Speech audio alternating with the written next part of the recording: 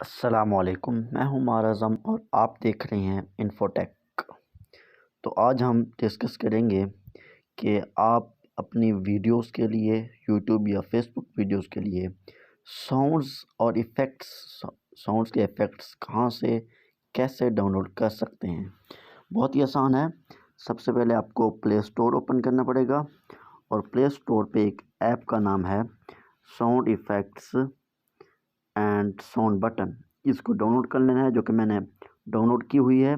अब हम इसको ओपन करते हैं। ओपन कर लिया। अब यहाँ पे हर किस्म के साउंड इफ़ेक्ट्स और साउंड बटन मौजूद हैं, जैसा कि ये वाला एयर हॉर्न, अलर्ट का बटन है, अप्लॉस है और ये बहुत सारे साउंड इफ़ेक्ट मौजूद हैं। आप इनमें से जो भी यूज़ करना चाहें यूज़ कर सकते हैं। बहुत ही आसान है। इनको डाउनलोड करने के लिए सिर्फ आपको ये डाउनलोड बटन पे क्लिक करना होगा। इस बटन पे ऑडियो सेव्ड।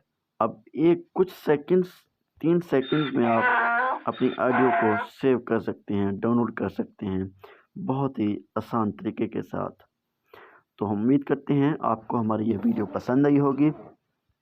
वीडियो पसंद आई है तो हमारे चैनल को लाजमी लाइक और सब्सक्राइब करें, ताकि आपको आने वाली हमारी हर वीडियो बड़ी आसानी से